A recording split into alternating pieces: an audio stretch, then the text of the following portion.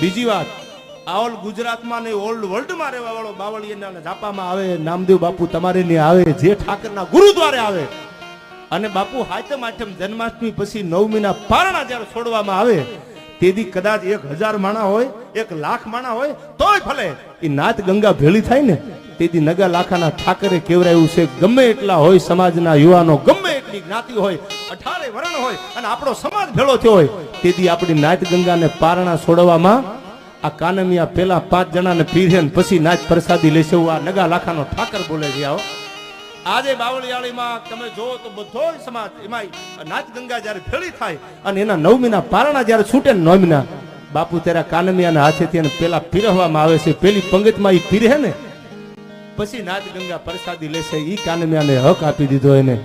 સાહેબ, આ જેને ઠાકર માટે, જેને બીજા માટે પોતાના હાડ હોયમાં છે, છતાંય મોઢામાંથી શબ્દો શું નીકળે છે?